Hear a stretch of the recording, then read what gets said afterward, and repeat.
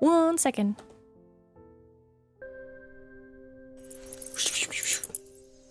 So funny enough, the game that I was gonna pick up was another visual novel, and it's called Her Lie I Tried to Believe, but Twitch doesn't have it, which either means one, they just don't have it, or two, it's got some spicy content that they're not a fan of. And if I recall, there are some pretty dark themes in that game, and I was like, yeah, you know what, let's not accidentally put it in there and be like, ah! So I was like, we'll do It Gets So Lonely here instead. Make that auto delay? Maybe not too fast. Question. Read text, all text. So read text, transitions, give me some full screen. All right. Let's see. It's another visual novel. But if I'm not mistaken, it's Yuri? You're running through a forest. Where's my reading? Oh, I see. Okay, so this is skip text. This isn't reading text. I have to read. Today, Nina's reading. You are running through a forest. It is late at night and the sky is as black as pitch. There's nothing to light your way save for the moon's milky glow, but its rays cannot reach you. Not properly. The trees which surround you, jutting out of the earth like eerie monuments to a foreign god, are blotting out most of the light. You cannot see where you are going. Shia LaBeouf. Even if you had commenced your flight at a more sensible hour, however, with the light of the sun to aid you, it would be of little use. Shia LaBeouf. You do not know where you are going. You have no map, no route, no plan. You are running like a frightened animal, anxious and nervy, with no destination in mind. Shia LaBeouf. You have no desire as you run, save to escape. You cannot let yourself be caught. If that were to happen, you are certain that you would be ruined. You have no choice, therefore, but to keep going on and on and on, though your feet are screaming at you for mercy. Yeah, he's chasing you with a knife. Do it! Just do it! Running through the forest. Actual cannibal Shia LaBeouf. You have no idea how long you've been running. Time has begun to blend together. It has lost all meaning. Something sharp snacks at the hem of your skirt. But you do not have the luxury to pause and examine what has happened. Just forward. Instead, you tug. Your skirt tears, the sound splitting through the forest, and you stumble forwards with a shocked gasp. You are free, but at what cost? Your skirt has been irrevocably damaged. It might be too late to worry about such trivial matters now, though. If you do not start running again, and soon, she will catch you, then your life will be over. You do not know if she's still following. On branch. Oh, the leaf was it poison? Emotional damage. You want some therapy? I will send you to Jesus. Okay. How is it this game has managed to prompt me to use 3 redeems in a minute? I don't know, but it's funny. You do not know if she's still following you, but you do not want to risk looking over your shoulder. Poor skirt. If you were to see her, silhouetted beneath a tree, looking at you with that sickly sweet smile which once ensnared you, you would lose what little nerve you possess. Your legs would lock up and your blood would freeze in your veins. Then you would crumple like a stack of cards. You would fall, but you would not hit the ground. She would be there to catch you. Did she not promise, when you made that contract, that you would never be alone? You would like to take back that silly wish of yours, but it's too late for that. It is too late for a lot of things. All you can do is run. You run and run and run while icy fog swirls around your feet. It is cold enough to sap the heat from your body and you shudder from it. It feels as though you're drowning. It feels as though you're being buried alive. Your knees and your shins, meanwhile, are bleeding. You cannot endure much more of this. But if you value your own life, you must. You run and you run and you run until at long last you reach a fork in the road. There are 3 paths which split off through the forest. Well, 4 if you count the path down whence you came. You can't exactly double back on yourself though, not when you have put on so much effort into running forwards. You can only press on. The 3 paths are signposted, which is something of a strange sight given you are so deep in the forest. Dark though it might be, you have grown accustomed to the shadows. You can just about pick out the writing on this old, dilapidated signpost, curved and slanted though it is. Your fate, if you will forgive me for sounding cliche, is in your hands. Now I wonder, which path will you take? Do we go to the shore? Do we go to the village? We go to the castle. If I go to the shore, it's literally whoever this killer lady is, and then ocean. Village? Maybe there's people there. Maybe we can rally some support. Castle? Is it abandoned? Because then I'm just running through an abandoned castle. If there's people there, maybe they can help me. What are we feeling? I will say this. I know that there's 3 options, like 3 people, 3 endings essentially. But I don't know who's what.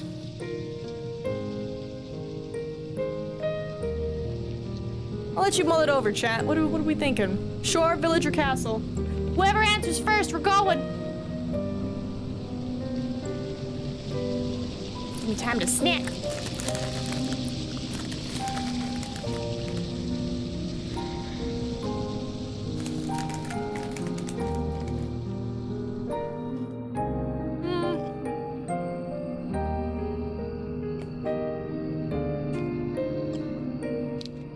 Go to the village.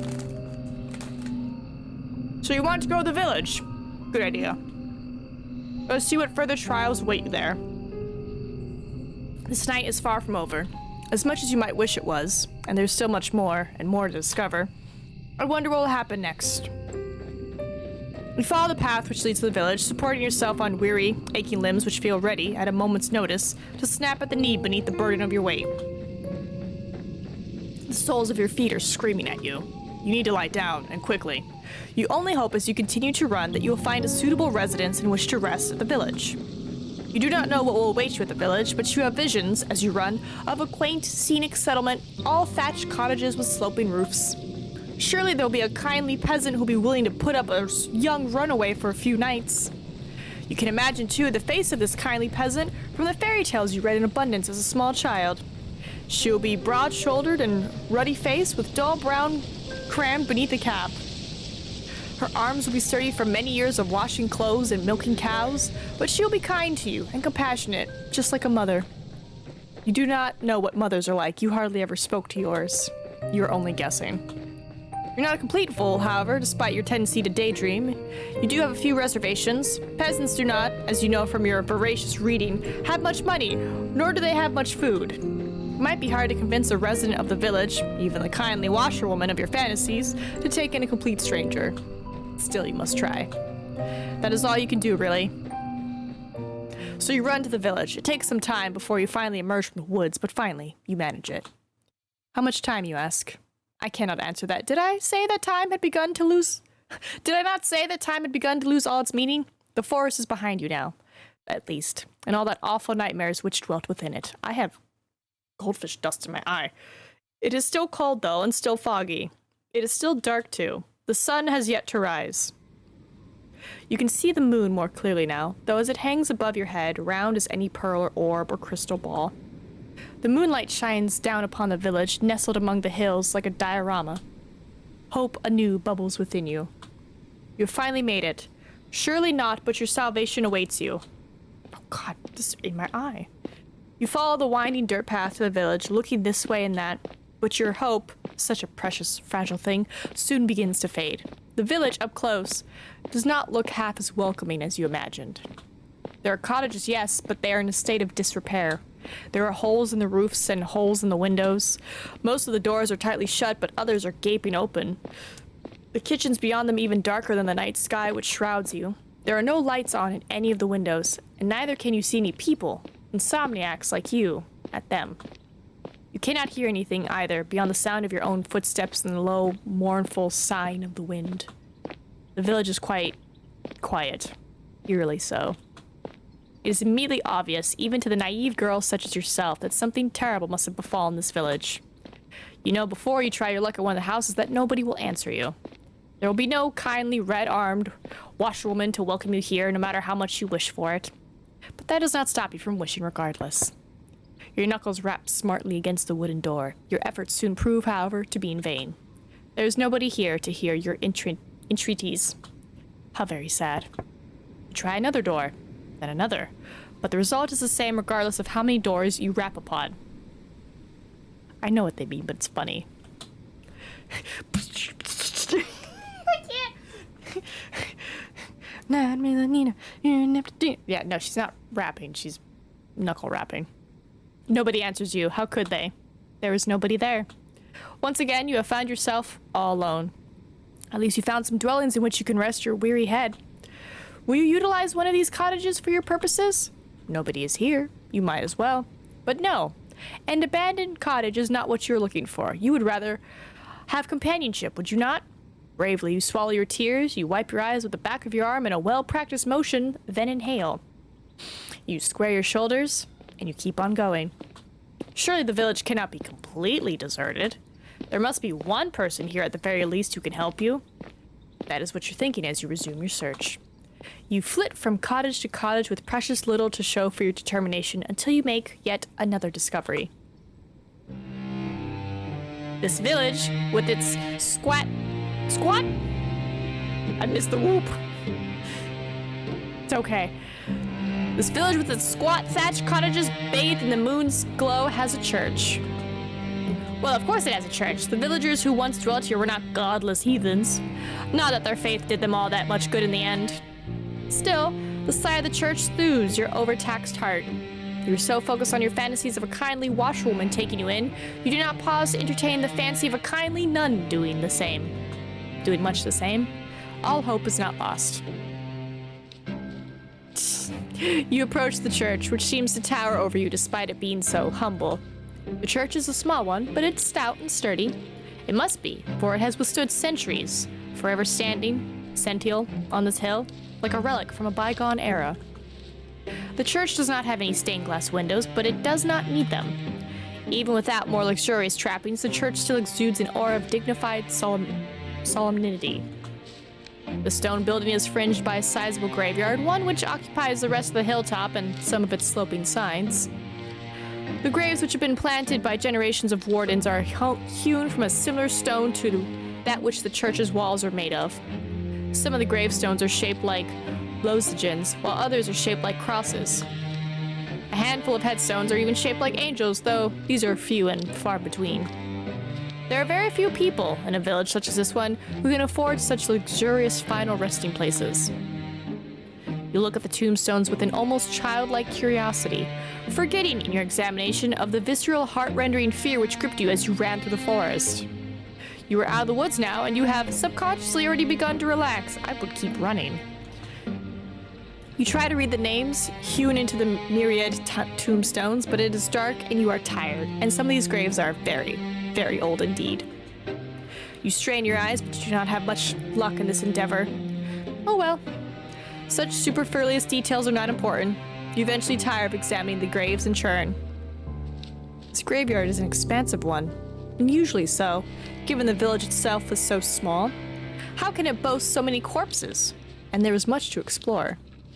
You walk around the perimeter of the church, casting your gaze first here, and then there, then everywhere.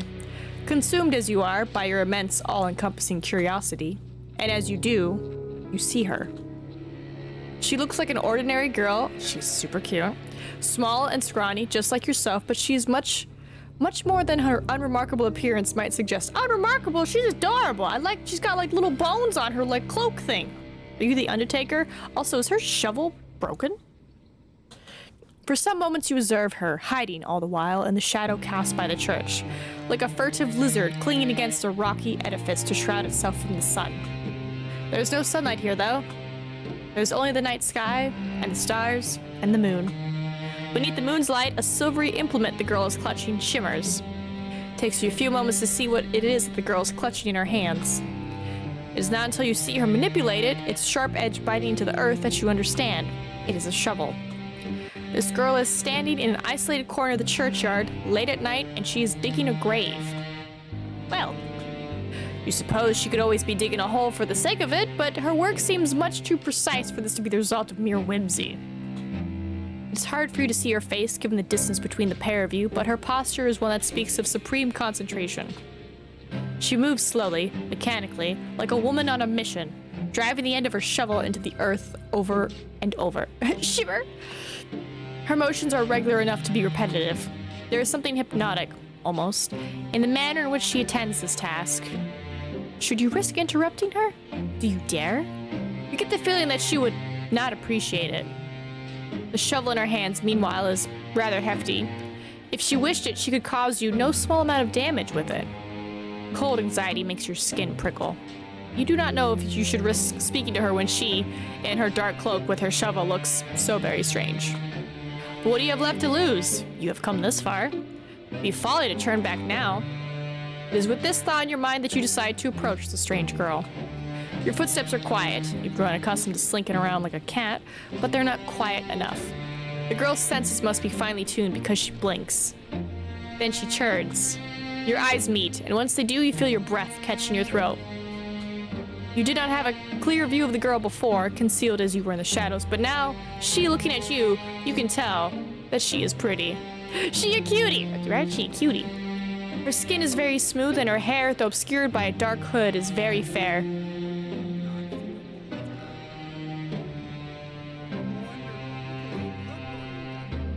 Oh, Tangia. Her eyes, meanwhile, are a clear, cool blue like ice. Those eyes of hers, which are large with unease, are fringed with very long, fair eyelashes. She looks as though she stepped out the pages of a picture book. She's simply too perfect to belong to this world. Perhaps she's some kind of vision, a waking dream, a hallucination, but no, she's none of those things. The shovel she's clutching in her hands looks solid enough, its pointed tip glittering wickedly in the moonlight. You steel yourself, expecting perhaps some sort of outburst. But the tension soon drains from the girl's slender shoulders. Her fingers, which once were gripping the handle of her shovel tightly, relax. Her lips curve upwards at the edges. Oh, she is smiling, and what a smile it is. It is transformative. When she smiles, she looks radiant, angelic almost. Hers is a smile that is so suffused with light that your eyes begin to prickle from it. You're so relieved, you almost feel as if you could cry.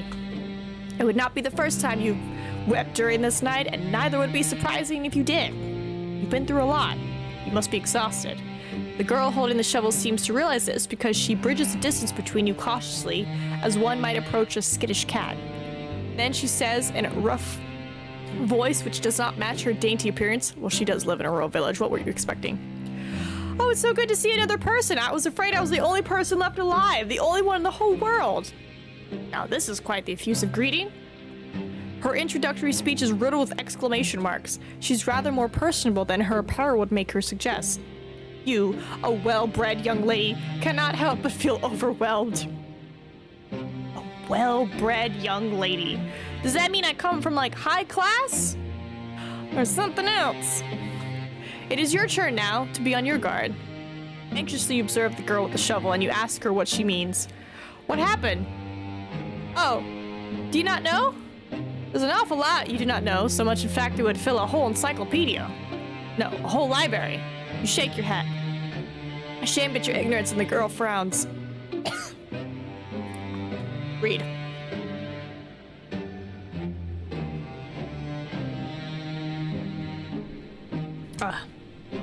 You must be from around these parts. I guess I should have known. This village is a small one, and everybody knows everybody else. The girl's expression falls. At least, they used to. Back when there were still people to know. That ain't the case now, though. Not after the plague. Sorry, the plague? There was a plague? That would certainly explain why the village, when you walked through it, was so quiet. Did everybody else succumb to this mysterious illness? That's right. It's just me here now. I've not seen another human being in a long time. It gets so lonely here. Game title. Now that is an interesting turn of phrase. It catches inside your head like a burr. Have you heard it before? You do not have much time to ponder this, however, because the girl takes a step towards you. Oh, but where are my manners? They must have gone rusty after being on my own for so long. My apologies, miss. You look like you've come a long way. You said you were a traveler, yes, and your hands are very cold, just like ice. Would you like to come inside? Maybe have something warm to eat and to drink? My home's small, I'm afraid, and my food ain't nothing fancy, but I'd be more than willing to share. It's not every day another girl stops by, especially not as one as pretty as yourself. I'm feeling very blessed. Oh my god, she's flipped. Stop. I trust you, but stop. The girl laughs, a carefree, airy sort of laugh, which does not match your initial impression of her. You thought when you saw her among the graves that she would be more distant somehow and more mysterious.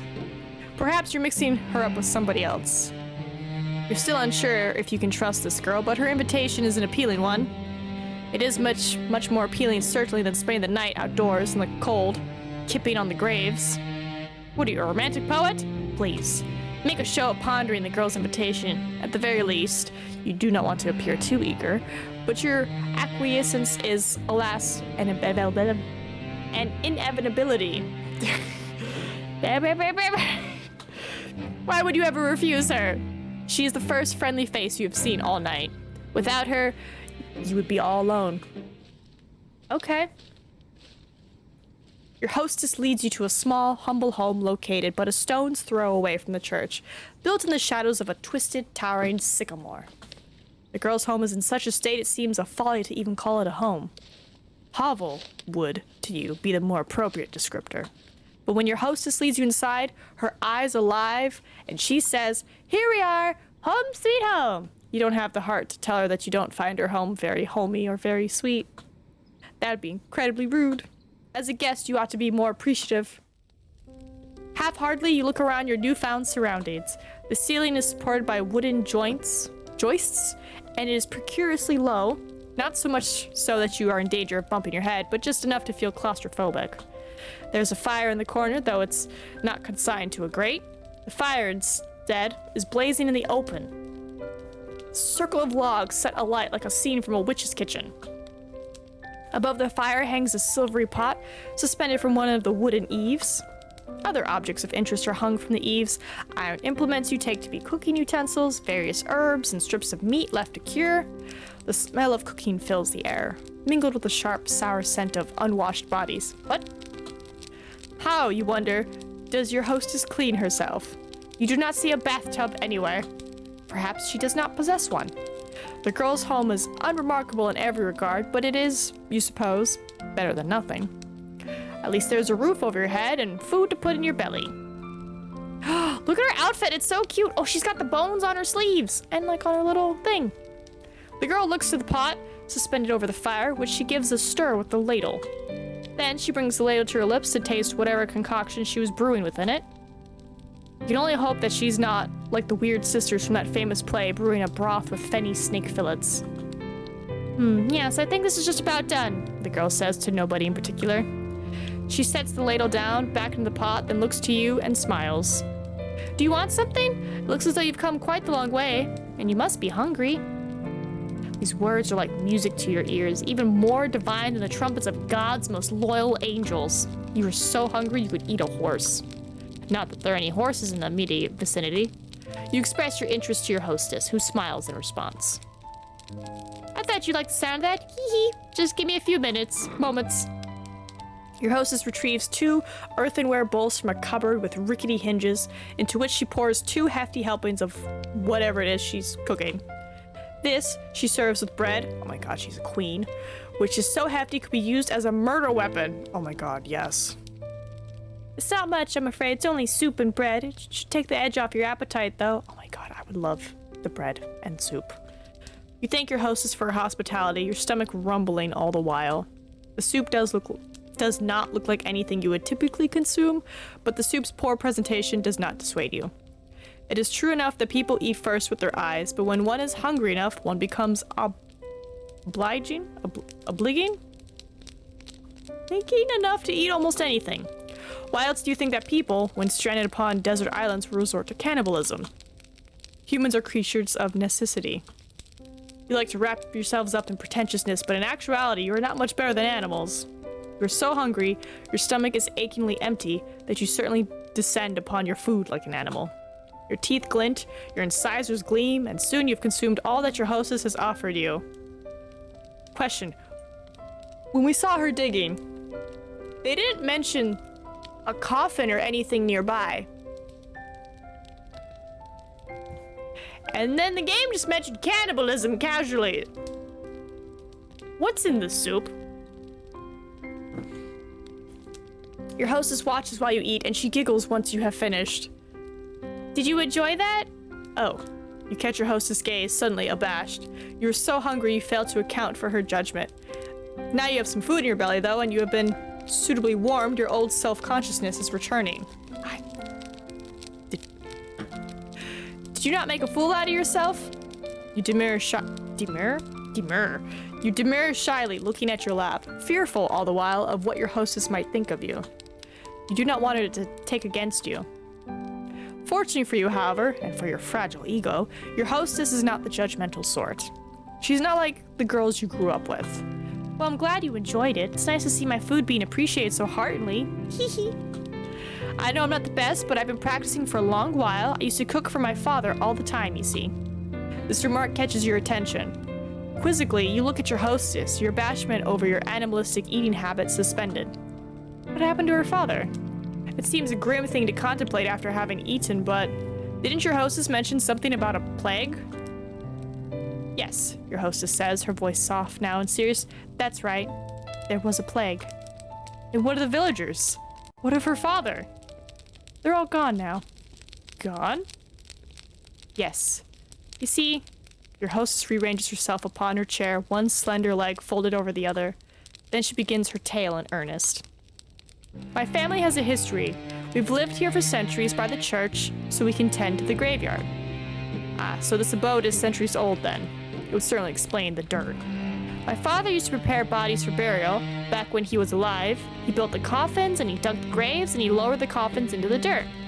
I know it might sound like an awful job, but somebody's got to do it. There's no sense averting our eyes from death, not when it happens to the best of us. It's a noble profession, one that's been handed down in our family for generations. My father's father was a gravedigger, and so was my father's father's father, and my father's father's father's father. Digging graves is in our blood. It's who we are. My. That was surprisingly pretty speech coming from a girl who lives in the countryside, a girl who is without much in the way of education. It is apparent, just to listen to her, that the way she slurs her syllables together, that she's never had elocution lessons? Not like you? Okay, so I'm some hoity-toity, fancy schmancy person. There is a determination, however, to her, and a pride in her genealogy which gives her a respectable aura. Cannot help but be impressed. So you ask your hostess, does that make her one in a long line of gravediggers? Yes, your hostess, the gravedigger, says. That's about right, though I was never supposed to be a gravedigger myself. It's not a woman's profession, that's what everybody says. My father didn't mind that, though. He taught me everything he knew, and then some. I might be a woman, but I have plenty of upper body strength. I can dig a grave just as well as my father could, without breaking a sweat. To the despair of my mother up in heaven, I'm sure. I'm sure if she were still alive, she'd rather I focus on more feminine pursuits like basket weaving or sewing to better attract a suitor. Not that that would do much good now. There's nobody around who'd court me, not for miles and miles. A court? And what happened to her mother?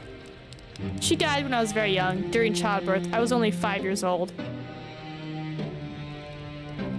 So you had a sibling. Oh, well, you can relate to her, at least upon this point. Your parents are not dead, at least not as far as you are aware, but you have not seen them in an awfully long time.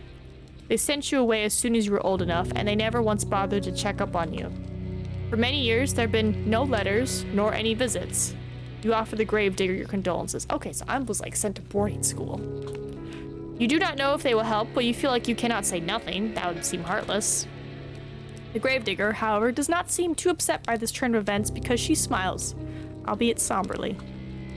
It's alright, it was ages ago. I don't remember her too well, and I've never really had the luxury of sitting around feeling sorry for myself. I had too much work to do. Around the house, you ask? That too. I was the oldest child, so it was my job after my mother died to manage the sweeping and the cooking. Oh, and looking after all my siblings too. Okay, if you were 5 and your mom died during childbirth, you had potentially 4 siblings? Potentially You blink, intrigued, then glance about your hostess's humble lodgings. You do not see any siblings in the immediate vicinity. Where could they be?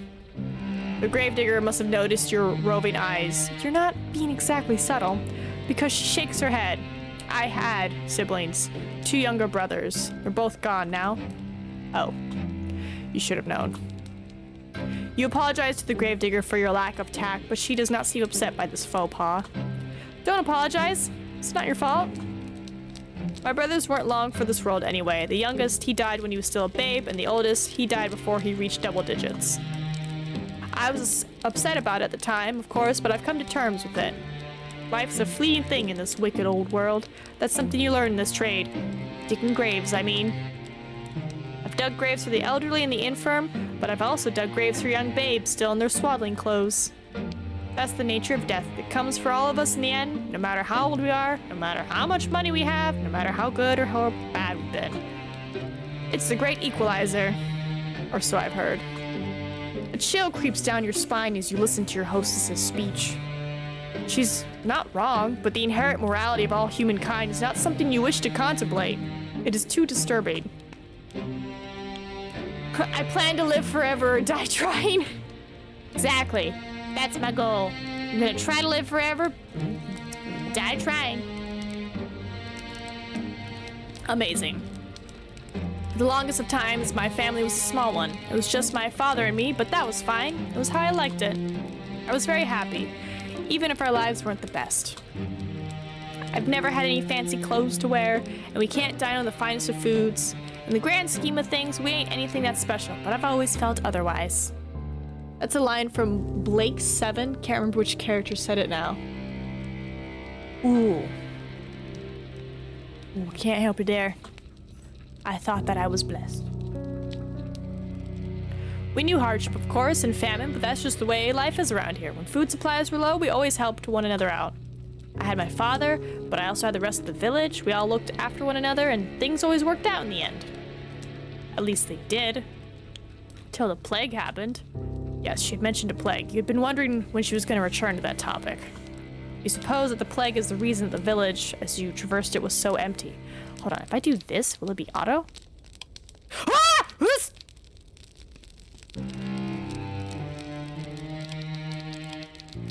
So, no. That is not the auto button. I went through so much dialogue. Hold on. Eggs. Plague. Strange history remembering. Okay, until the plague happened. Sorry, I just saw all the words go and I was like, story. Alright, mention the plague. Alright, you're supposed, right? The plague tore through the village. I don't remember when. Feels like it was a while ago, but maybe it wasn't all that long after all. Feels like I've been on my own for centuries, but your hostess' eyes begin to cloud over. She looks as though she's entrenched with her own memories. What could she be remembering? You have never seen a plague before, though you've heard of them in your history lessons. Your history professor was quite enthusiastic about the subject. She talked about piles of dead bodies stacked up on streets and stacked up in the wooden carts come to take them away. No shortage of a plume. She was a strange woman, your history professor. The plague came on very suddenly. There was no warning. One day everyone was fine, and the next, they were all dead. It was with no small amount of anxiety that you eyed the gravedigger. Then you ask wordly, surely they could not have all died. Is that not an exaggeration? Oh, if only. I wish I was exaggerating, but it's the truth, honest to God. The people in the village died, one after the other, just like that. I saw what that plague does to people firsthand. My father was one of the first people who caught it. I think one of the bodies which came through that we buried must have had it. Not that I know for certain, I'm just guessing, still. My father didn't have any easy time of it. His skin turned all gray and clammy, and he complained of a horrible fever. Then there were night sweats and stomach cramps. And then there were the boils. The boils? Pustulates. They were the size of eggs and they were full of pus. When they burst, it stunk. The whole house was full of it. The stink of death. The wise woman of the village came to see if she could be of any use, but it was no good. My father was too far gone already. She took one look at him, lying on his deathbed, and she shook her head. She said she didn't want to get any closer. I can't say I blame her. It was a ghastly sight. I didn't appreciate it at the time, though. It felt like she was turning her back on us. I wished her ill. I remember that, after she left. Till a few days passed, and she fell sick too. Then I felt bad for cursing her. I couldn't help but worry if it was all my fault. It's silly, I know, but... The gravedigger closes her eyes. She seems to squeeze her lids together until her lashes melt like flecks of fallen snow. Her shoulders, which are slender, are shaking. She looks as though she might, at any moment, fall apart. It wasn't long after that the rest of the village fell ill. They all had the same symptoms as my father, the clammy skin and the fever and the boils. The boils grew and they burst, and then they died in screaming, stinking agony. My father died too, only 3 days after he fell ill, but I think even that was 3 days too many. I didn't want my father to die, of course. I did everything I could to help him, but it was all pointless. None of my herbal salves had any impact. I couldn't make a blind bit of difference. All I did was stand about his bedside, telling him it'd be all right, until his eyes sank into his skull like 2 black stones and his mouth dried out. During that last day, before he died, he might have been a corpse already. He didn't look at me. He didn't speak to me. He just lay in bed with his eyes closed, groaning. In before she's immune but also a carrier? Right, like, it's possible. I'd never wished any ill on my father before, but during those moments, The gravedigger squeezes her hands, which are resting upon her black-clad lap, into fists. There's a word for it, but I can't remember it. Where someone's immune but a carrier? Ooh, yeah, what is it? There is a word, isn't there? She trembles. Then, in a voice throbbing with awful emotion, she says, I wish he'd just die. Well, based on her anecdote, it does not sound like she didn't overly long to wait. I wonder if she would consider that a silver lining. No, perhaps not. The gravedigger is still shaking. She will not cry, will she? You hope not. Awkwardly, you look at the gravedigger. You're not sure how to soothe her, but you know how you must make some sort of effort, even if it's a token one. Asymptomatic carrier. There we go. Yeah, she could be an asymptomatic carrier. You shift upon your chair, which feels very cold and hard beneath your thighs. Then you say very softly that you are sorry. It's not much, but it's all you can think of saying. You had thought initially that your situation was comparable to that of the gravedigger, but now you can see that this is not the case. Her suffering has far outstripped your own. Not that suffering is a competition, of course. Your apology feels inadequate to your ears, largely because it is, but the gravedigger seems not to mind it. She's very big-hearted, that girl, to smile at you so, no matter how foolish you might be. Do you really deserve such kindness? Oh, again with the apologies. I'm waiting, because, I took, a 2-second glance at the Steam page, and, I read something, and I'm like, what's going on? It's alright, like I said, you didn't cause any of this. I'm not upset at you, I'm just recounting what happened at all. I do wonder, though, why I never fell sick myself. I thought I was gonna die, so I'd already prepared for the Reaper to come and take me away. But maybe he wasn't interested. Maybe he already satiated his appetite on all the others.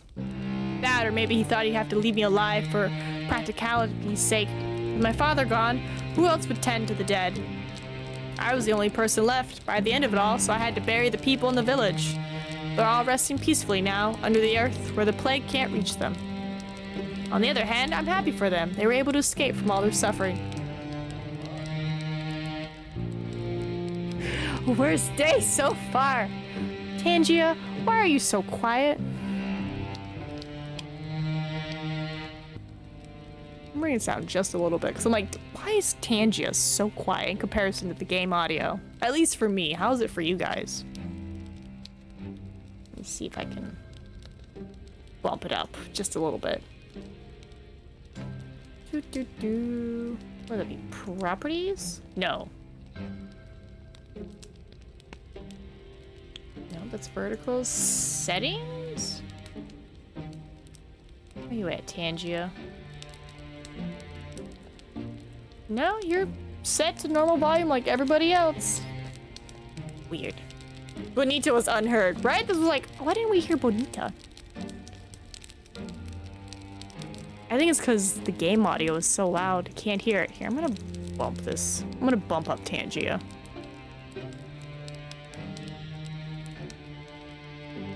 Unless it's like... Yeah, because like everything is at essentially 100%, right? My mic is lower, obviously. I don't want to put myself at 100, so I'm not screaming. Tangia will bump to 125%. Everyone else can stay at 100. Yeah, because voice mod's at 100. Okay. Let me see if I can throw one on there. Sorry, story people. Just want to test something.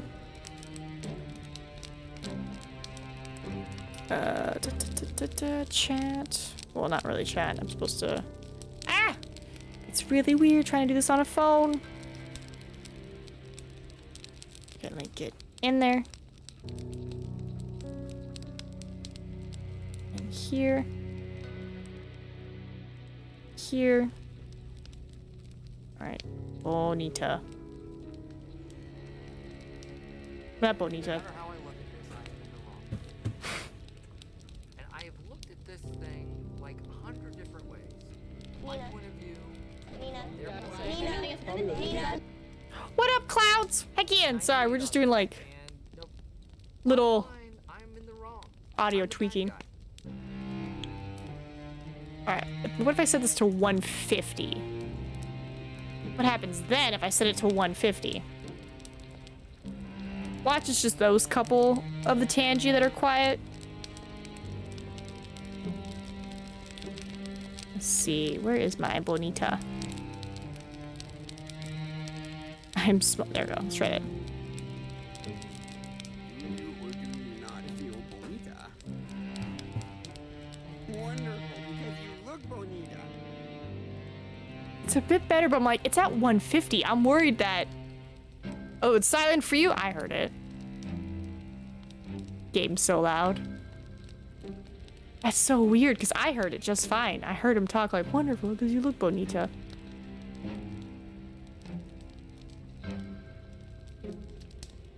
It's at 150, though. Everything's at 100%, and Tangia's at 150%. Oh, I bet it might just be those specific ones, then. Here, let me take a 2-second look at the website. Be like, hey, Tangia, what's going on? Why is everything so quiet? These settings? Would it be settings? Sound bites? No. Twitch extension? No. Moderation, interactions, stats, Tangia bot? Overlay settings? Ooh. Alright. There's a setting where the volume was low, so now it should be better. It might scream at us. What you up to, Cloud? Alright, Tony, have a good one.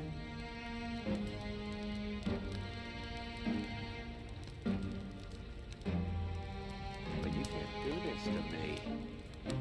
You know how much I sacrifice? That's weird, I bumped it from 70 to 100. Well, that's probably gonna bite me in the butt later. There's gonna be something tangent's just gonna scream. Alright. Able to escape from others' suffering. When I think about all the people I've lost, though. Oh, clouds. The gravedigger tenses. Then she sniffs. We're doing a visual novel, and from what I read, it's like a dark Yuri novel, so I was like, alright. And she sniffs.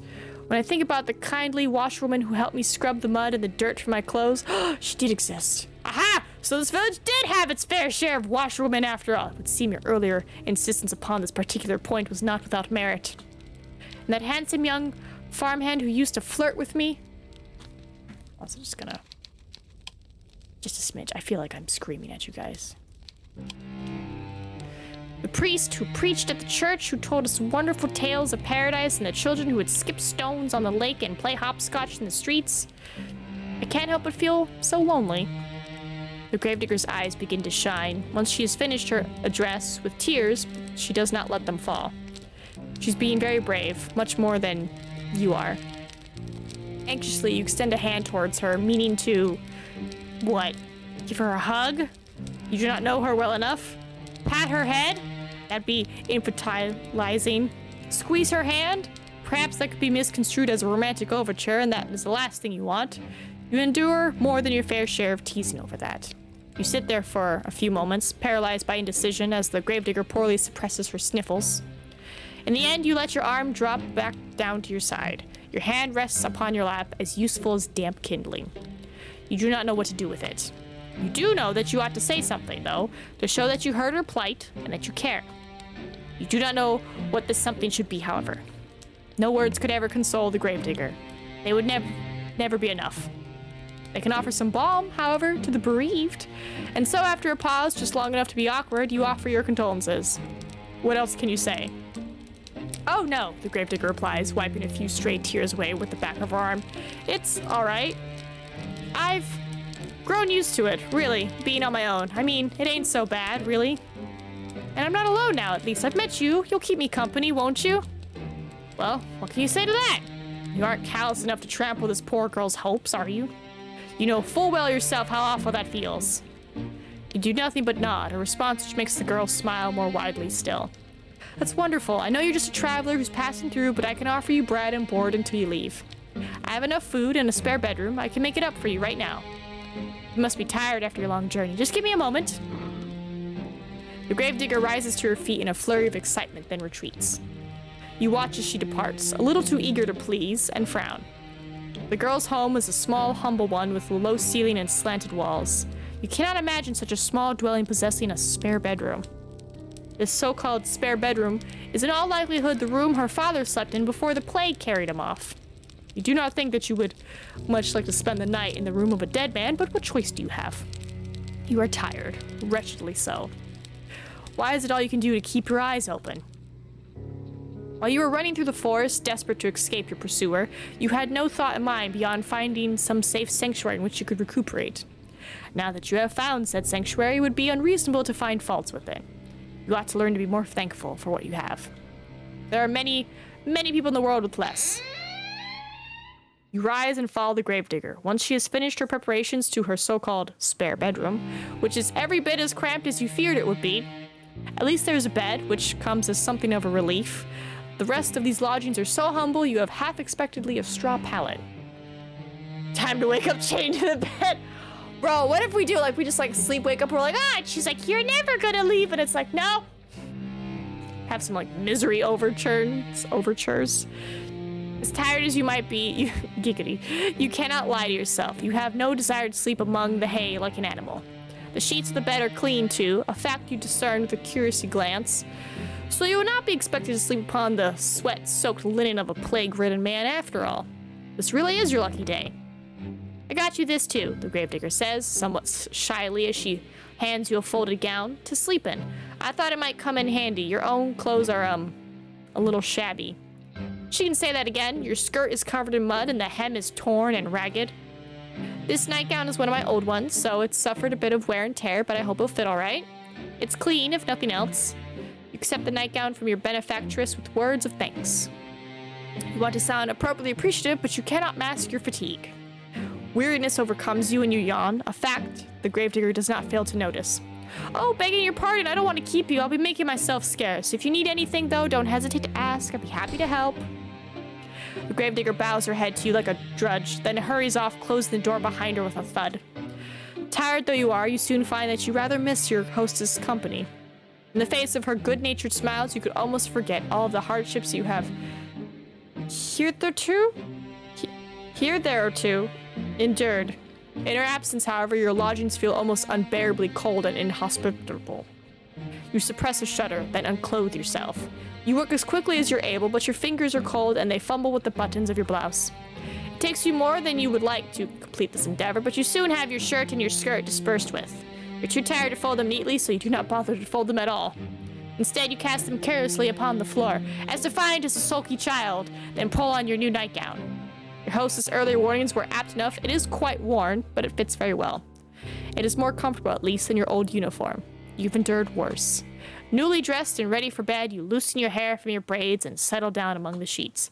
It is with a sigh you extinguish the weakly flickering candlelight which burns on your bedside, and with another sigh that you lay your head down upon your pillow.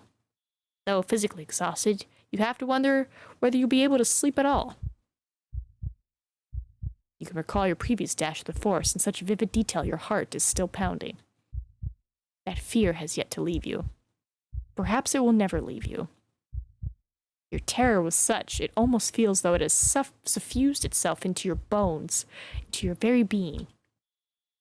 But your exhaustion is greater than your worldly anxieties, and soon it claims you. Your eyelids fall shut, and your breathing inevitably begins to even out. It is not long until you are spiraling through a dark, deep abyss, lost in Morpheus's kingdom. Sad man. But you sleep, despite your wearied state, is not as restorative as you had hoped. Your imagination has always been overactive. Even at the conservatory, you are frequently beset by dreams of the most vivid nature. The dreams that you have this night lying beneath unfamiliar sheets upon an unfamiliar bed and no less intense than usual. In your dreams, you are back at the conservatory, the place where this adventure of yours began. You're wearing the crisp white blouse you once discarded and your gray, unremarkable skirt. Your hair is tied in braids and your eyes are downshirred, forever focused upon your feet. You tried not to look at your classmates, and you thought yourself fortunate if they did not look at you in return. You did not want anybody to notice you. Until that awful winter, that is, where everybody stopped paying attention to you for good. Nobody tried to trip you when you walked past them in the hallways. Nobody, in fact, so much as glanced at you. All of a sudden, there were no malicious whispers, no wicked laughter, no pulled hair, and no thrown objects. You were giddy with relief at first over this newfound means of tormenting with you that your classmates had devised. But this little game, that of complete and utter disregard, continued and on and on and on as the days grew shorter and the nights grew longer. As time passed, you began to fret as to the state of your own corporeality. Could anybody still see you? Did you even exist at all? Then, at long last, you found it, quite by accident, the source of all your woes. One of the girls had erected it in the forest through which you were sometimes bidden to jog for PE class, beneath the shade cast by an old oak tree.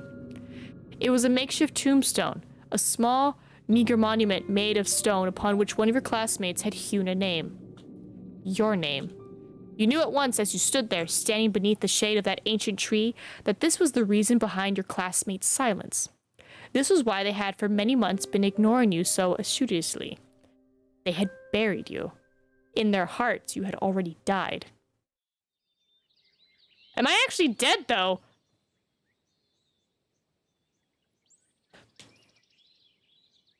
Your eerie dreams notwithstanding, you sleep more comfortably than you had anticipated. When you wake the following morning to the sweet chirping of birdsong, you feel well rested, albeit woozy. I'm gonna save here real quick. I got a weird feeling. I'm just gonna save here. I think conservatory is supposed to be pronounced as if a French word. I think UK is still a word. So would that be conservatoire? That sounds better than conservatory. Conservatoire? Because I thought a conservatoire was like a nunnery, but it seems to be more boarding school-esque. Well, I mean, it could have like religious vibes, I guess. Precisely. Okay, cool. Conservatoire. Sorry. Your head is aching. It is nothing, however, that a cup of hot tea cannot fix. You stumble into the kitchen in your night clothes, your hair loose and your feet bare, and the gravedigger turns to you.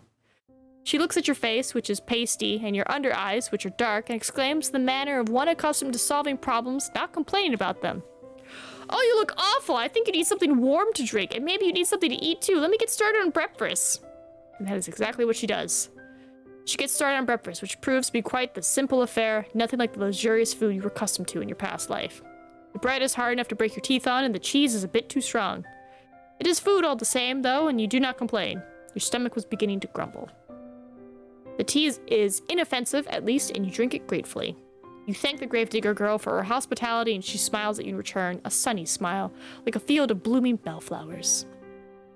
It's no problem. Don't hesitate to ask me if you need anything else, she says, words which come to symbolize your relationship.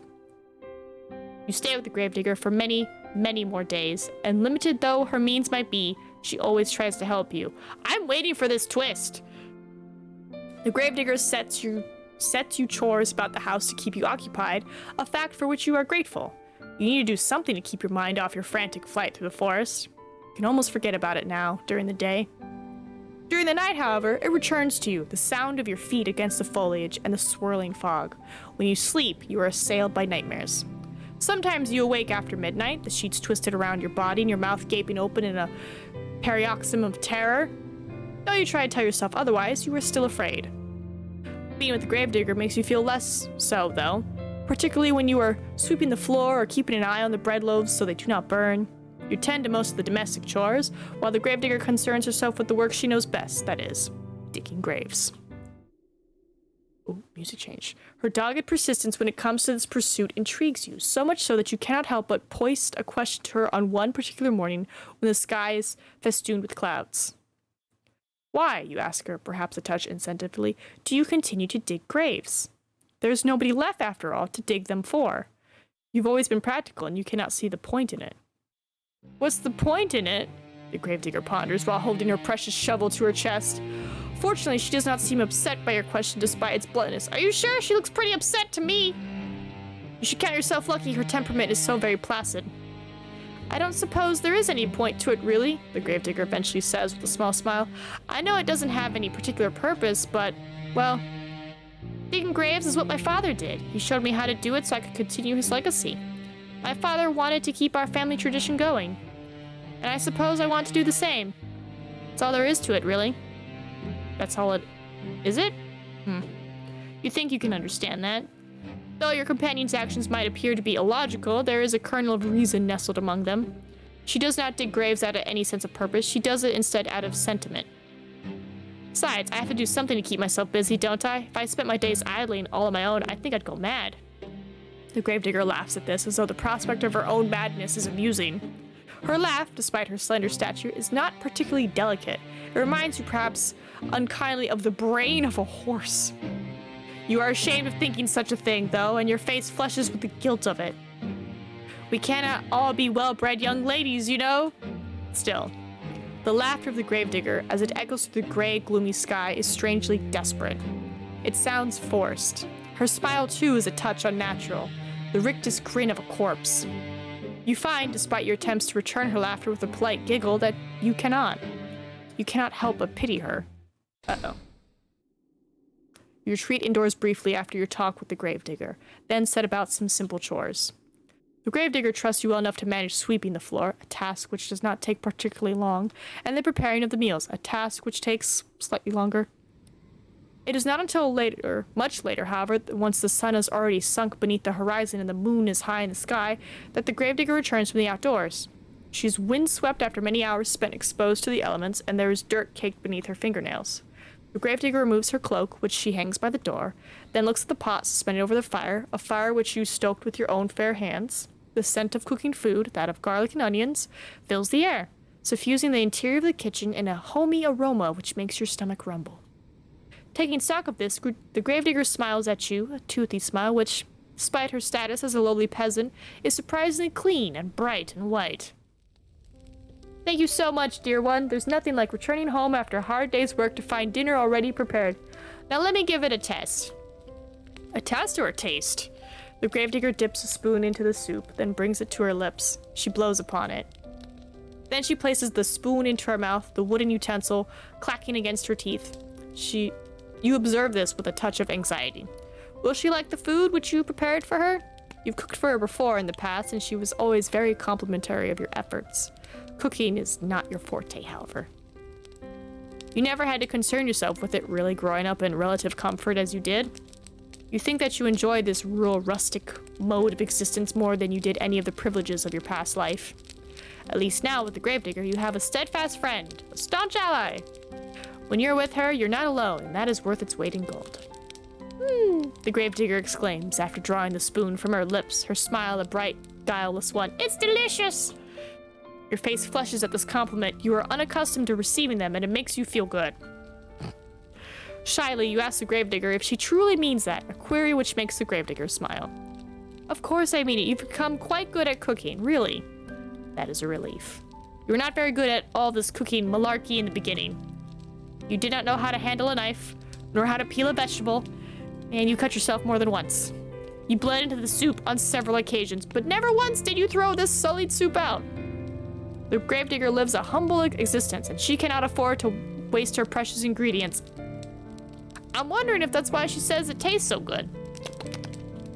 Your soups, during your stay, have all been seasoned with the slightest hint of iron. Today's soup, however, is a marked step above all the rest. You did not cut yourself with a knife, even once. Maybe your companion's compliments are not empty fluff. Maybe you really are improving. This soup should be ready to serve. I have some bread too that we can eat with, but oh, I should brew some tea too. Let me. Ah, yes, the tea. You knew that you were forgetting something. You were so focused on the soup, it must have slipped your mind. Where are you? I'm in the soup pile. What are you doing looking at soups? Sorry, this is a soup bit. Your face flushes yet again at this oversight, and shyly you offer to correct it. The gravedigger, however, waves your request aside. No, it's all right. You made the dinner, so I'll brew the tea. It's only fair, and it won't take all that long. Would you mind serving up the soup while I'm busy? Of course you would not mind. You do enjoy making yourself useful. For a lady, you are awfully domestic. You work alongside the gravedigger to finish your nightly meal, and together you serve it, soup and bread, alongside 2 cups of piping hot tea prepared by your hostess's own 2 hands. You sit together at the table, then partake in the simple fare after saying grace. The soup really is quite good. Despite it being made from only the most commonplace of ingredients, there is a bit of a kick to it, and it warms you from the inside out. The tea, meanwhile, is very soothing, so much so it makes you feel rather sleepy. You would like to sit with the gravedigger for a little while longer and tell stories, as you have sometimes in the past, or play cards. The nights are long, and there's no better way to pass them than spending time with her. Games of old maid, alas, will have to wait. You are too tired for it. You do not know what has happened, but after consuming your victuals, you feel utterly fatigued. Uh-oh. You explain your predicament to the gravedigger between your yawns, and she nods in response. That's all right. You don't need to stay up with me, not if you ain't up to it. You should head off to bed and rest that pretty head of yours. Did she poison me?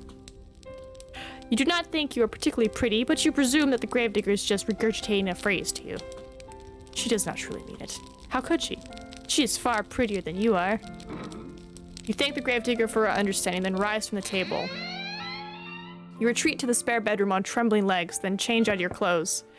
You have only just slid into your nightgown when you hear the rapping of knuckles upon your door, light and unobtrusive.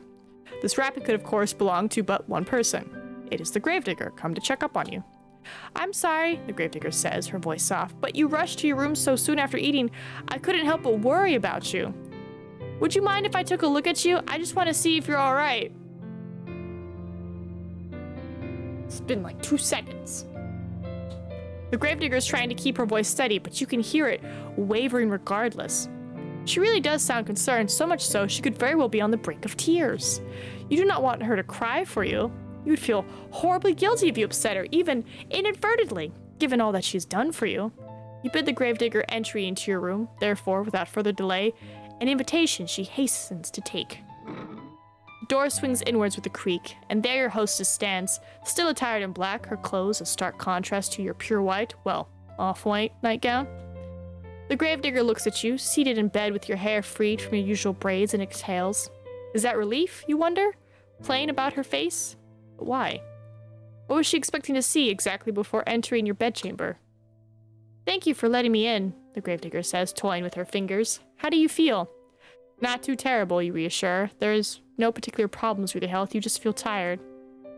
Are you sure you're not sick? Your face does look a bit pale.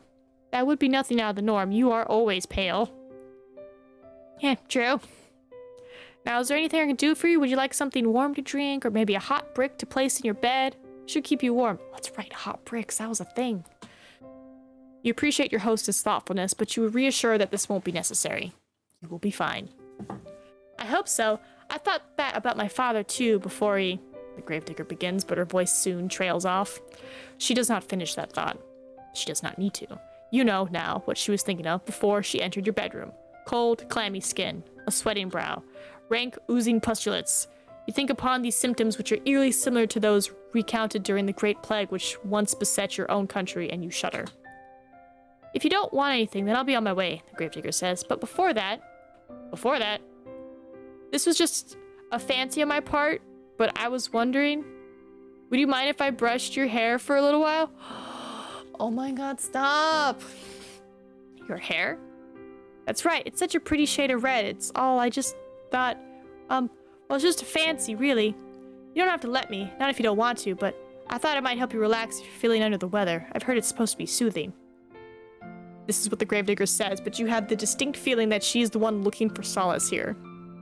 She's not quite so selfless, perhaps, as she would like you to think, but she has been so very good to you, and she's done so very much for you that you do not want to begrudge her this small self-indulgence. You rather think she deserves it. You agree, therefore, to her request, and upon doing so, you're certain you've made the right choice. Oh god. Your host's face lights up immediately, in a manner which makes you blush. Oh, thank you. It'd be my honor. Now let me fetch my brush. I'm waiting. The gravedigger retreats from your room in a hurry, but returns soon thereafter, holding in her right hand the promised brush. This artifact acquired, the gravedigger then settles herself upon your bed by your side. She looks at your hair for a few moments, her expression pensive. Then she announces that she will begin. The gravedigger leans in. What's that face? The wooden frame of the bed creaks under her weight, a creak which melds with the sigh of the breeze outdoors. You can feel the bristles of the brush running through your hair. It is soothing enough, so much so it makes you shiver. The sensation is a pleasant one and somewhat nostalgic. Did your mother do this for you, you wonder, when you were a little girl? If she did, it must have been when you were a very little girl. You have not seen your mother in quite some time, not after you enrolled at that conservatoire. Oh, you have such lovely hair, dear one. It's soft, just like silk, not at all like mine. Mine is so coarse. This gentle voice draws you out of your vague, half-formed reminiscences. It sounds as though the gravedigger is lost in nostalgia of her own, because her voice, when next she speaks, is dreamy. I think my mother used to brush my hair like this for me, back when she was still alive. That must have been a long time ago, though. It is funny, you think, as the bristles of the brush continue to slide through your tresses, that you and the gravedigger should both be reminiscing in tandem about your respective mothers. Perhaps there is something maternal in the act of brushing one's hair, which is wont to summoning forth such images. I mean, yeah, I would not know personally. I cannot remember my own mother at all. Shoot, I'm trying to remember the last time my mom brushed my hair.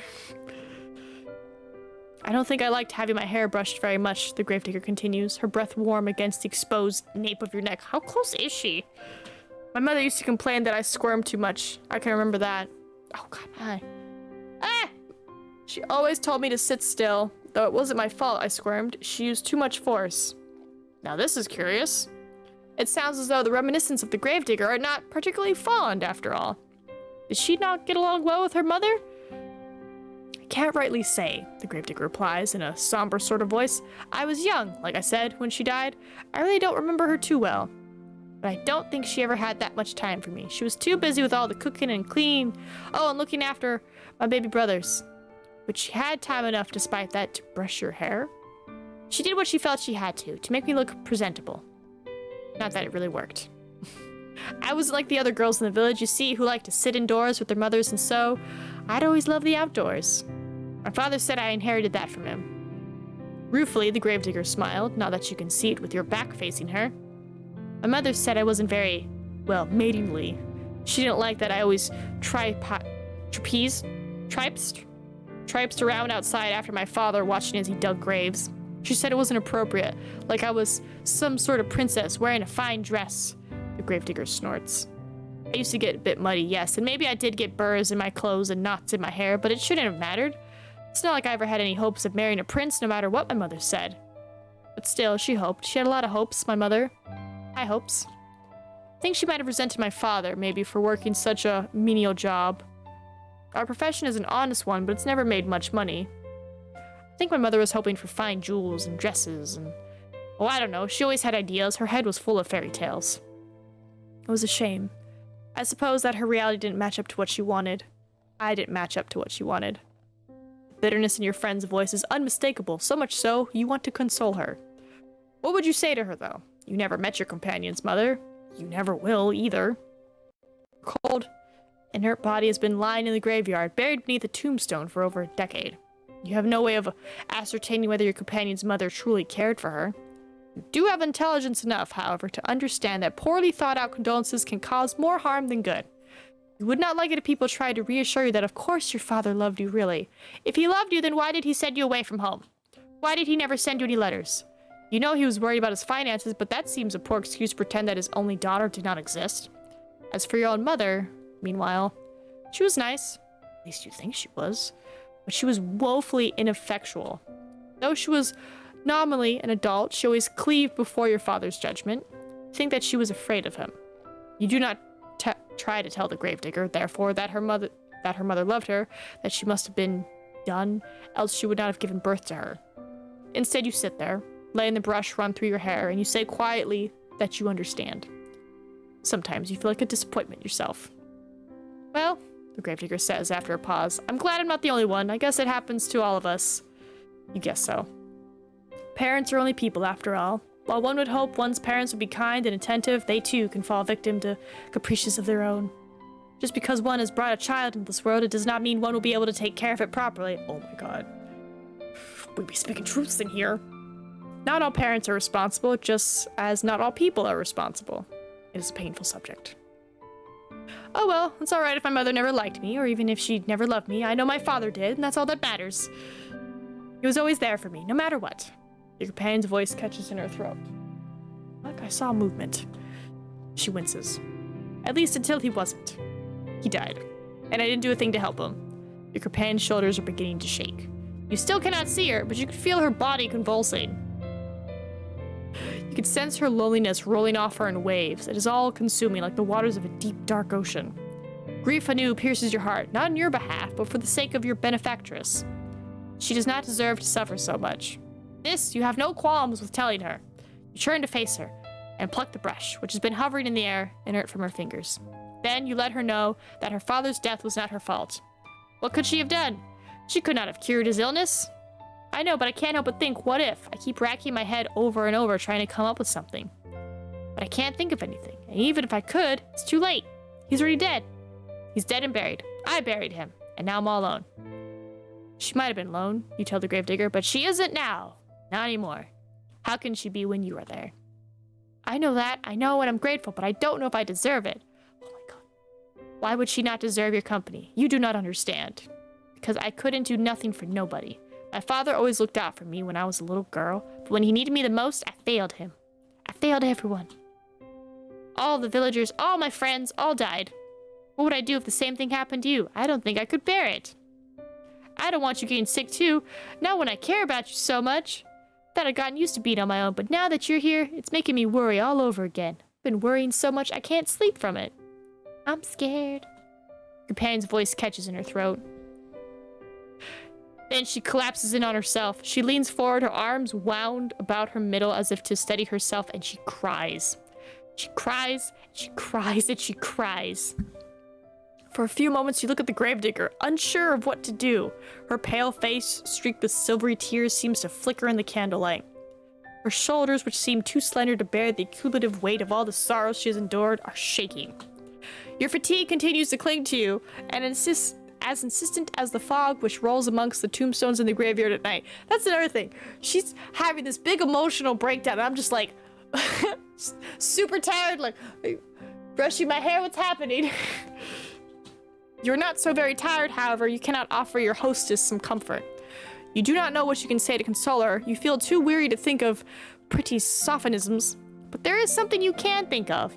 You would not typically be so bold, of course, but you are tired enough for once to throw caution to the wind. That, and the tears of the gravedigger are awfully arresting. Oh, we're hugging! In your arms, be a good Samaritan. You open your arms, and before the gravedigger can pass comment, you pull her to your chest. We're hugging. Aww. Oh, a soft exclamation escapes the lips of the gravedigger, quieter than the sound of wintry snow as it brushes the ground. Then there is nothing. The gravedigger is stiff in your arms for a few moments, like the corpses she and her father used to seal away inside their wooden coffins. What an analogy. She's all wide-eyed and awkward, pointed elbows, tears still coursing down her pale cheeks. You worry briefly as you hold her that you have perhaps made a mistake. Were your attempts at consoling her too clumsy? You would not know. You have never been in a situation like this before. You have never consoled any friends before because you have never had any friends to console. It is not so now, however. You are so far away from your old life as it is possible to be, and the gravedigger does not curse you for your impudence. Neither does she try to squirm away from you. Instead, she sits there, still as a statue, cradled in your arms. Oh, I'm very sorry to show you something so embarrassing. It's just I get so lonely sometimes. until at long last, with a breathy sob, she lets the full weight of her body fall against yours. You run your hands against your sobbing companion's shoulders, blades, and her back, and gently, you soothe her. You tell her that she does not need to apologize. There is no shame in crying. Unless it's baseball. You hug her for many, many minutes while she sobs against your chest, wetting the front of your nightgown. Her nightgown. No further words pass between you that night, but they do not need to. Words are relevant in a moment as tender as this, shared between two souls who have come. I was reading. Come back here. Come to understand one another through mutual loneliness. And I went from like happy to rage. You slide beneath your sheets. You still feel exhausted. And the gravedigger joins you without asking for permission. What? It would be an unnecessary piece of politeness, really, given your acceptance is all but assured. You have already accepted the gravedigger, after all. Every single inch of her. What's happening? Badly typed toot? Both under the covers. You've accepted her hospitality. You've accepted her food. Now you are accepting her company. You arrange yourself beneath the sheets. Then draw her body to yours. Are we cuddling? The gravedigger has not yet changed into her nightwear. Her clothes will be horribly rumpled when she awakes come the following morning, her head resting against your chest. Okay, yeah, so we're cuddling. But tomorrow has ceased to matter. It no longer exists. There is no concept of time between the two of you, no thought of the day which will dawn once this night it inevitably ends. Instead, there's only the warmth shared between you, and the wetness on the cheeks of the gravedigger. There is the sound, irregular now, and less intense than before, of your companion's muted, muffled sobs. There is this gentle, tender moment snatched in the midst of a deep, dark night, which can never be replaced. Your eyelids feel heavy, as though weighted down with stones. They droop inexorably downwards, pulling you like a drowning maiden into the dark, impenetrable abyss of slumber. You yawn. Then you fall asleep, cozied up beside the gravedigger like two cats in a basket. You sleep and you sleep and you sleep more deeply than you've allowed yourself in quite some time. I'm waiting to like wake up something bad. But when you awake, you find that you are no longer in the bed upon which you slept in, shrouded by sheets. The gravedigger, too, is nowhere to be seen. Instead, you are quite alone, lying by yourself in the dark. Am I in a coffin? You blink, but your surroundings do not become any clearer. Is it the middle of the night? Perhaps you are aroused from your slumber by the desire to relieve yourself, or else to slake your thirst. Your sleep has been awfully disordered as of late, and the smallest of noises has been enough to disturb you. That does not sound quite right, though. You slept well of that, you are certain. Your body feels invigorated, as though it has slumbered for hours and hours. How many hours? You do not know. You do not know much of anything. You can feel a strange, pinching sensation around your chest, however, and around your arms. It would appear as though somebody, but who else could have been save the gravedigger, changed your attire while you were sleeping. This is a startling thought, but the darkness which entombs you is even more so. The darkness which surrounds you is unsettlingly complete. It is so thick you cannot penetrate it. Your newfound woes do not stop, however, at this deep, unnatural darkness. It is cold, too. Are you lying upon something hard? Some sort of stone slab? What is going on? You reach out, but your movements are soon stymied. There is something heavy lying atop you, something that is limiting your movements. Oh my God, did she bury me? You were anxious before upon awakening, but at this discovery, you feel downright aggrieved. A sharp prong of panic pierces you, but you try to suppress it. Hysterics will get you nowhere. In most cases, they only tend to make bad situations even worse. You ought to know that already. You swallow your mounting dread as best as you can, though it is coming on thick and fast, and try to squirm. You move your arms outwards, but they do not get very far. There is a wall above you, and walls on either side of you. Walls which do not budge no matter how hard you push. I'm in a coffin. No, I must add that you can push particularly hard, your anxious state notwithstanding. Not no. You have never had much in the way of upper body strength, nor lower body strength. You do not have much in the way of strength at all. You feel quite helpless as you lie there out of breath from your meager exertions, unsure of what you should do. You can hardly see a foot in front of your face. You do not know where you are, nor why, but a terrible premonition is beginning to bear upon you. One which initially you tried to discard. You did not want to accept it as a possibility, but where else could the truth lie? You are lying in a box, hemmed in by walls which offer only a scant few inches for you to stretch in any direction. Where else could you be but a coffin? The moment you allow yourself to ponder this awful reality is the moment you hear it. The irregular sound of drumming. Oh, she's digging. It is though somebody, though they must be a very large somebody, is tapping their fingertips upon the lid of your coffin.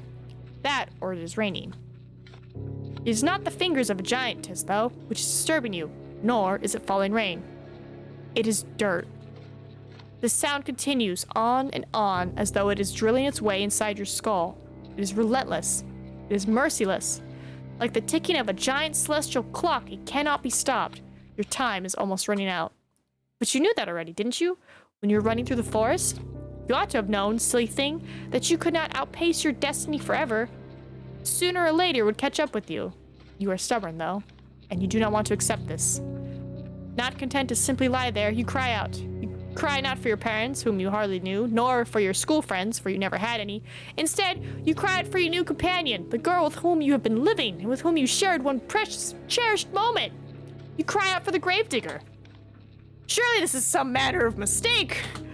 Once she realizes that you are in fact entombed in one of the coffins she is currently filling, for who else would be moving the dirt above you, she will cease her operations at once. She will pull you out of the darkness back into the world of living, and then she will hold you close. She will embrace you. She cannot mean to cause you any harm, not when she was so good to you and so kind. Why would she bury you? Cry to her so loudly you fear your vocal cords might tear, all while banging against the roof of your compact prison. You cry desperately, helplessly, and to your relief, your cries do not fall upon deaf ears. The sound of the falling soil stops, albeit briefly. Then you hear a voice. The voice is very faint, given it's being filtered through your coffin's sturdy lid, but you recognize it. So you're awake then, are you, dear one? The gravedigger says. She sighs. Then she says in a perplexed sort of voice, Now that is a pickle. I was hoping you'd be asleep a couple more hours so the last time we spoke could have been on better terms. If you keep screaming like that, I'm gonna feel bad.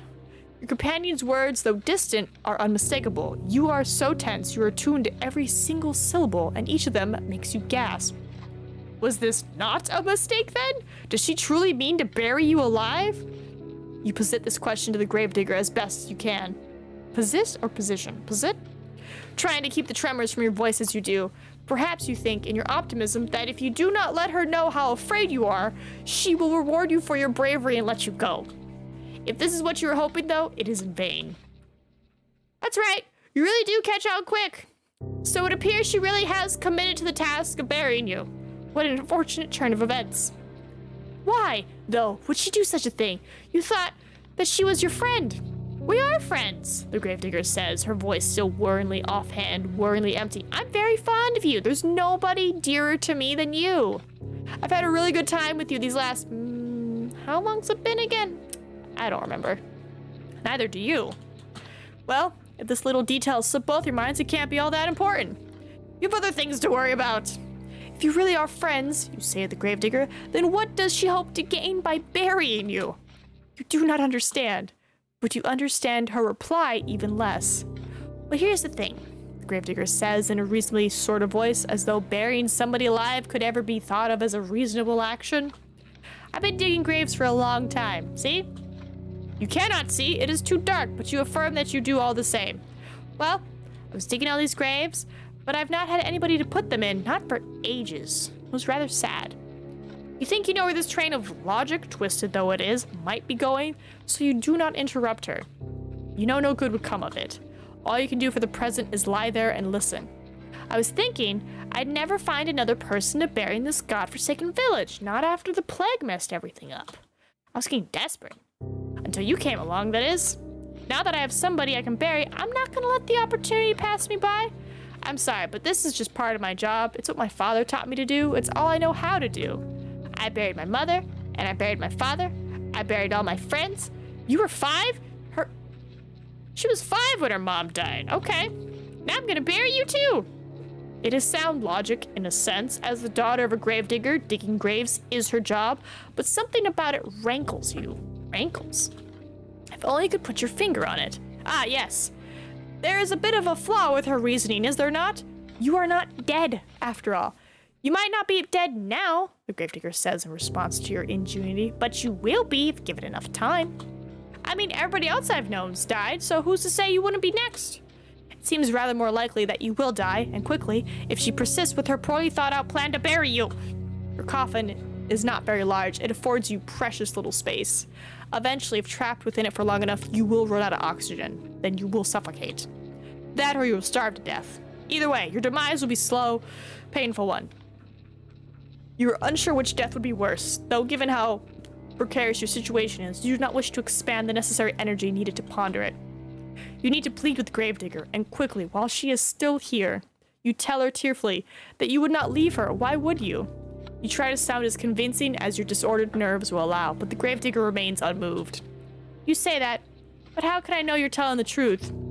I thought you said you were a traveler. They never stay put in one place for long. You'd get sick of me before long. Then you'd leave me. This way, at least I can be assured that we'll always stay together. If I bury you like I did the others, we'll never be far apart. I even took care to put you in a nice spot close to my home, so you're only a stone throw away, really.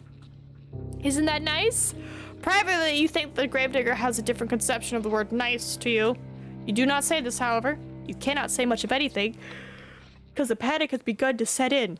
It is choking you, stopping up your throat so you can only cry. You scream. You beg and you plead, but it does little good. The Gravedigger has already buried her mother. She's already buried her little brothers. She's even buried her father, whom she loved above all else. She thinks by burying you, she's doing unto you an act of great kindness. You think that she is going to kill you. In a sense, you are both right. Your opinions are so diametrically opposed on this matter, however, that you will never be able to find any common ground. You might as well save your screaming. She will not listen to you. She is beyond listening. Shh, shh, dear one, says the Gravedigger very gently, just as gently as she spoke last night, when she confided in you all her fears. It won't be so bad, really. Nothing will be able to hurt you down there. It'll just be like going to sleep for a really, really long time. You can rest, and while you rest, I'll tend to you. I'll plant flowers on your grave. You'd like that, wouldn't you? This way we can always be together, and I'll never be lonely again. While the Gravedigger speaks, she begins to pile even more soil onto the roof of your coffin. The sound of dirt on top of you, on your arms, your legs, and your head, conceals your companion's final words. You cannot hear her. You cannot hear anything beyond the sounds of the dirt and the scrapings of the shovel and your own desperate, frantic screams. You scream and you scream and you scream without cease until your throat feels hoarse, but your efforts are in vain. You hammer on the lid of the coffin with as much strength as you can muster, but the lid of the coffin is nailed shut. You are in no position to remove it. I guess because it's so small, because I'm thinking, like, if she could, like, just get her legs up, maybe, and just, like, you know, use legs, because, you know, thighs are a bit stronger than arms. Data update, not a cutie. Oh, all I can do is scream aloud, screaming and crying and banging your fists on the roof of the coffin over and over as more dirt and debris falls on top of you. Eventually, enough dirt falls on you to stifle your screams for good. The Gravedigger can no longer hear you, and you can no longer hear her. You are all alone, trapped in a narrow wooden box which... Oh my god! Which, regardless of what you want, is now your new home! You can smell the soil in the backs of your nostrils when you inhale, Larrington. It is so potent that you can taste it on your tongue. You can taste the eventual inevitable decay of your own body. You will remain trapped here, underground, forever and ever. Or, to use less melodramatic terms, until the last of your energy escapes you, you succumb to your own slow suffocation. It isn't a very pleasant way to go. I mean, yeah. But you'll forgive me if my sympathy is limited. You did bring this upon yourself, you know. You reap what you sow, and in your case, you made a series of bad decisions which led to your untimely demise. Now what do you want to do? Will you accept this fate of yours and rest in peace, or will you try to fight against it? I think I should accept my fate. Because I think if I fight against it, is that going to put me back at the beginning? God, I hope not. Let's accept it. Very well then, enjoy your eternal slumber. I suppose this is a good night for now, but it is not goodbye. You cannot escape from me, even if you're buried deep beneath the earth. Where there is a will, there is a way. And even if the whole world has forsaken you, I never will. I will never leave you. You will never be lonely again. Down in the boneyard, 10 feet deep. Okay. That's one of 3 endings. So that's a death. Do we just want to quickly zoom through? and see the other people?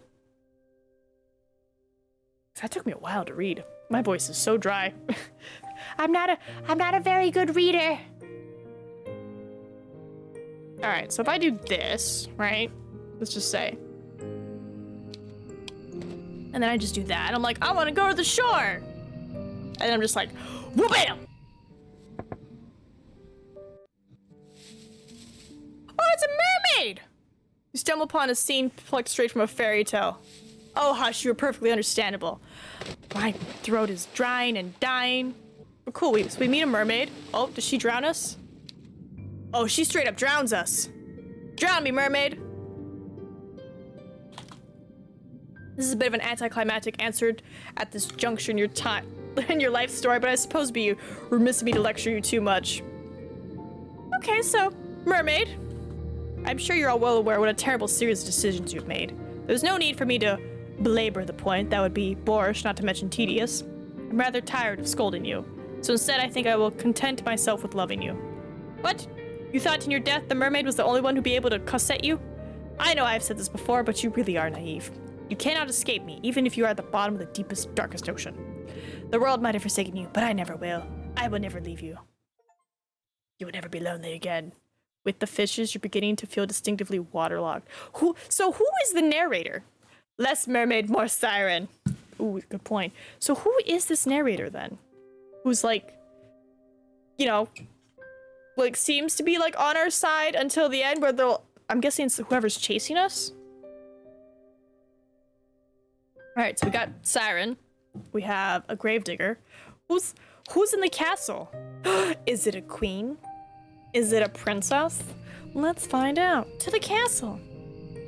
So you want to go to the castle? I do. Well, bam! Oh, she's cute! God, they all so cute. All right, so I'm getting like evil queen, evil princess vibes. Does she torture me in the dungeon? She a vampire? Is she a vampire? I think she's a vampire. Up! You don't know how long these carcasses have been lying down here, but they have begun to putrefy. Oh no.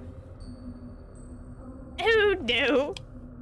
If you're of similar fate might befall you should you stay here. You need to escape. Oh, is there an auto thing? There's an auto thing! Where were you earlier? Okay. Terror seizes your heart, but still you squirm and writhe like a rat caught in a firestorm. There's a point. Time to free yourself, save the making steel manacles dig into your abused wrist. So I'm assuming she's a vampire. I'm assuming. She was like, nyah, with the blood. Let's go a little. Oh! What da? Seems grossly inappropriate. Naturally, I'll kill you. Ah, there it is. Okay. Suddenly reminded that season 3 of Witcher has a credit song that's about a lord and a siren contemplating that neither can actually join the other in their land sea. Ooh, spicy. Imprison your servants in the dungeon and letting them die? Yes, exactly. It's a bit more to it than that, though. Of course there is. I like you, dear one. You've been very good to me, like I said, and for that I will be eternally appreciative. You've been so good to me, in fact, that simply being with you is not enough. Not anymore. Your company can no longer content me. I'm a greedy, selfish girl. Oh no. I'm gonna... Stop that. What? I don't want to feel you beside me. I want to feel you inside me. She's gonna eat me. Well, of all the things your charming captive could have said, you did not expect that. Very spicy. The princess, perhaps noticing your confusion, begins to giggle. A giggle even lighter than... Vernigi, just as airy.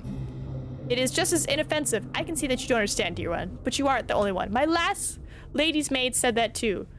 Wanly, the princess sighs, a beguiled woe is me sigh, which makes her look even younger than the scant handful of years she truly possesses. And the one before that, and the one before that, and the one before that. I thought that you at least might be able to appreciate my point of view, but perhaps not. I don't think it should be too complicated to grasp, really, but maybe my way of looking at the world is a little bit unique. That's why my nurse always used to say, at least, when she still had the breath to speak, of course. You look at the princess. Where else is there for you to look, really? Your eyes fixed to her face. Okay, so she's gonna eat me. We're just... Uber. We're doing a lot of talking. Eat me. What, really? You're fine with being eaten alive in a dark, dingy dungeon than being left to rot? That does not sound like a very satisfying ending to this particular narrative. Okay, a bit too spicy. But if that's what you want, then so be it. I do not mind indulging you. This is what I have always done, after all, from the moment we first met. I've dedicated myself tirelessly to answering your wishes, and this is no different. Do not be so foolish to think, though, that you can escape me, even if your life's blood has mingled with that of the princesses. I am not going to relinquish my hold upon you that easily. I did pledge, after all, to remain by your side, come what will, fire or flood. I will never leave you. Who is the narrator? Who? You will never be lonely again. Who is the narrator? I have so many questions. She's like, who are you? All right. So what happens if you resist all three endings? That's what I'm curious about. I'm like, let's go find out. Because, like, I'm invested. Sorry that we don't know, like, the full details and the stories and everything, but I'm just like, I want to know. Because I'm like, each story takes about 2 to 3 hours to read.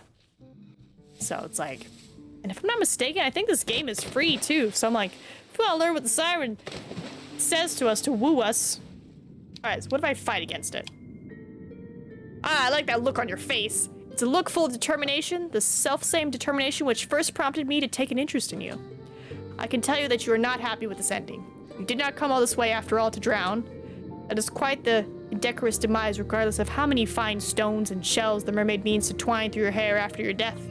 If you wish to carve out a new story for yourself, then I would be only happy to indulge you. Just try not to get on the bad side, or good side, of any homicidal naiads this time. The drowning of fair maidens is something of a cliche. Your fate is once again in your hands. Now I wonder, which path will you take? Oh, so he can, like, bring me back? Story goes brrr. So what if I just resist all 3 times? Like, just in a row, right? We had a great time. I loved your outfit. I loved your vulnerability. We talked about things. We had a good cry, a cuddle, and then you put me in a box. Like, rude. All right, so fight. Are you not happy with the hand that fate has dealt you? What a shame the Grid Digger was so close to... Right, she was a cutie. Very well, I cannot blame you. It is quite a grim ending. I would not wish it upon my worst enemy, and you are rather dearer to me than that. Now, why don't we give this another go? Just try not to be buried alive this time. I can only endure so much of your screaming. Your fate is once again in your hands. Now, I wonder, which path will you take? And then I resist her, right? And then what? Does the voice save me? I wonder if the voice saves me. And he's like, you know what? You just keep winding up with homicidal people. Like, come here. Getting spicy? Alright, I'm gonna fight against it. Don't eat me. Oh, look, yeah, it's a little apron. That is a good answer, I must admit. I like it. It is impressive how very defiant you can be, even in a situation as discomforting as this. Now, try not to cry. Keep your chin up. This is but a minor setback in your story. Like all fair maidens, you are deserving of your own happy ending. You only need the strength to try and seek it out. Why don't we give this another go? Just try not to ensnare the hearts of any more monarchs, particularly those with unusual appetites. You are destined for far higher purposes than being an entree, and there are vastly more enjoyable ways to be eaten in this world. Your fate is once again in your hands. Now I wonder, which path will you take? Oh, you just give up? So you've come back here, have you? What's this? That does not come as much of a surprise. Though presented with 3 potential paths, it is not as though traversing any of them would have any particular impact upon your ultimate fate. In the end, you were always destined to return here. Did you really think you had a choice? How hopelessly naive of you. I thought that you were smarter than that. Your breath, which once escaped your lips in sharp, ragged gasps, is now on the verge of petering out altogether. Your lungs feel deflated as though they've been punctured. Your blood is rushing through your temples in a heady, overwhelming surge. Your stomach, meanwhile, has twisted itself up into knots. Your body feels heavy. Your legs in particular, they no longer wish to obey you. Did my school friends murder me? You take a stumbling step forwards and your foot gets caught in a tree root. You are certain that you passed this route once already, and that you sidestepped it. But perhaps your memory is beginning to fail you, just like the rest of your body. Oh, the witching hour. It is almost time for me to make my grand entrance. Well, that's an achievement. You gasp, surprised, and pitch forwards, dull and senseless like a sack full of potatoes. Your arm hits the ground with a crack, one which makes you cry out in pain. Tears begin to bead on your eyes, wet and salty, tears which you cannot stymie. You are not as resilient as the gravedigger, nor as carefree as the princess. If you lived underwater like the mermaid, then nobody at the very least would be able to tell you that you are crying, but you do not, and I can. Believe me, I can. Your arm aches dreadfully, but at least you can still feel it. Your poor feet, meanwhile, have gone quite numb. You would try to stand had you the energy, but you know, as you sit there dazed, that this would be a futile effort. You cannot stand, not any longer. It hurts too much. You really have been through a lot tonight, haven't you? I fear I haven't been very kind to you, but you ought to be accustomed to hardship. Why then are you crying? You've always been a crybaby. That is why they teased you so much. It is because they knew they would be guaranteed a reaction. You are very predictable. Even now, if you tried to borrow my power for your own purposes, you have not changed at all. As you sit there, sobbing, you hear, or you think you hear, footsteps approaching you. There, to your right, is the snapping of a twig. To your left, the telltale rustle of leaves. Your every sense feels razor sharp, honed to a knife's point by anxiety. You're so panicked, you feel as though you're going to be sick. If you want to vomit, then why not? There's no shame in it. There's nobody here to judge you. Nobody but me. I've always been here, you know? I will always be here, no matter how fast you try to run or how far. Did you really think you could escape me? Poor, sweet child. Poor little fool. I did tell you, did I not? A contract with a witch is binding. No amount of physical distance between the both of us could ever sever it. I told you I would never let you be lonely, and I meant it. But I've had a rather enough of these little games. It is time for me to collect my collateral. Pretty! A soft gasp escapes your throat as you feel arms wind their way around about your back. Oh, I love her outfit too. Naturally, you know whose arms they are. They are mine. I have been watching you all night, but this is the first time I've reached out to you in so direct a manner. Did you not expect me to be so forward? I can hear your heart fluttering in your chest. It is beating very quickly like a startled rabbit's. Your breaths are short and sharp. It is a cold night, and though I'm holding you, you are still shaking. I wish you would not tremble so. Everybody fears the unknown, but we are not strangers. We have spoken before, have we not? When you first called me forth from the ether, using that book you found in the library. You were desperate enough, then, to turn to the occult for help. You pleaded with me to use my magic for your behalf. You begged me. You implored and you entreated and you wheedled and you whined, and though I had some reservations, you forced my hand. I had no choice. Now, in the face of your desperation, you did not want to be lonely anymore. You wanted to have a friend.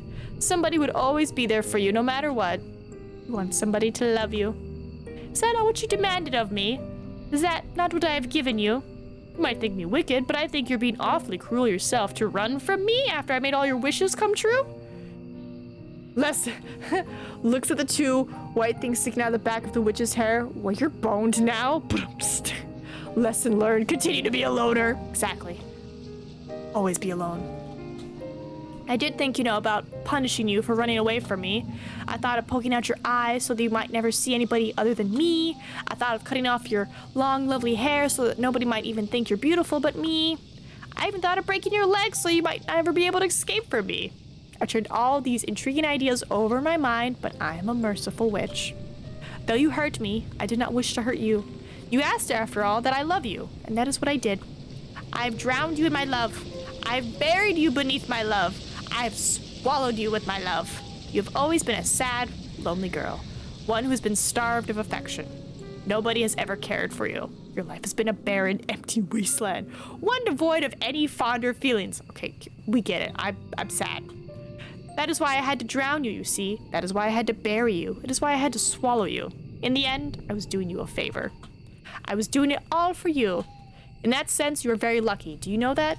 There are few people in the world who have had the privilege of being loved to the brink of insanity quite this many times in one night.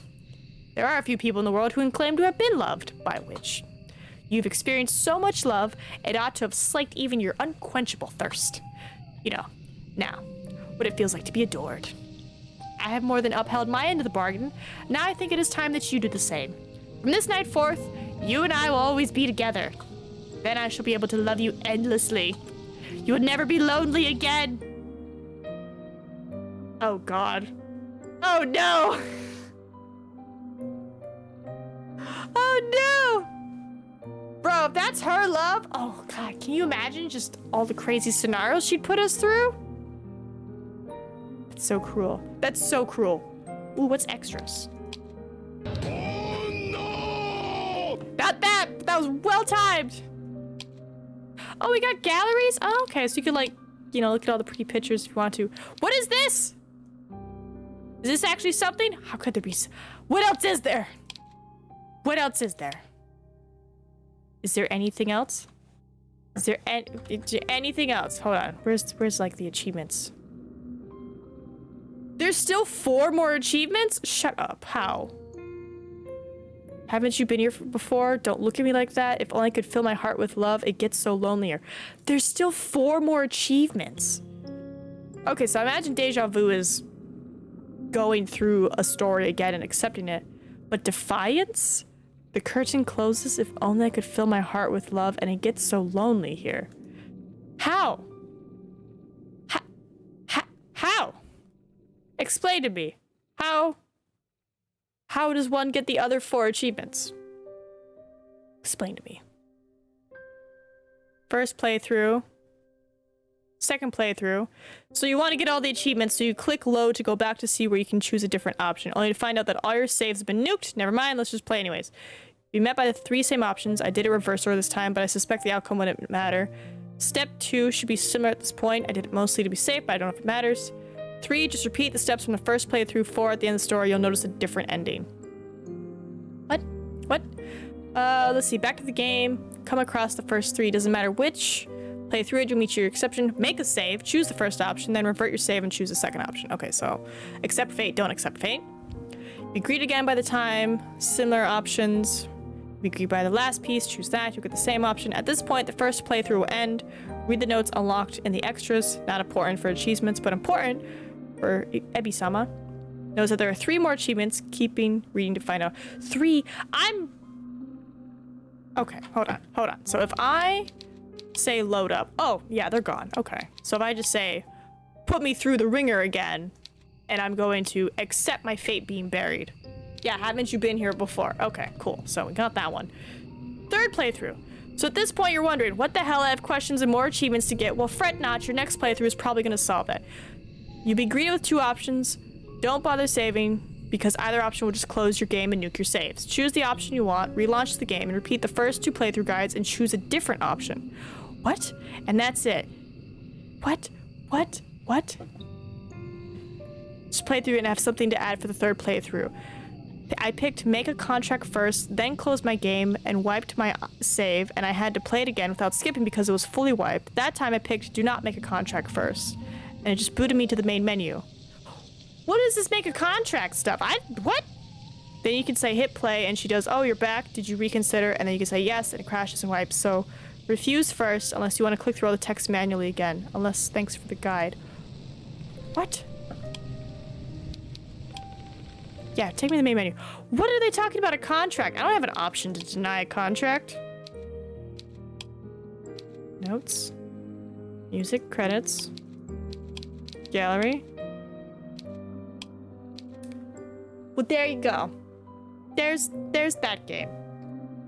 I think we have time for one more. Yeah, we have time for one more. What a great game. Oh, just a little dash of some girl love that ends in death. It's great. I love it.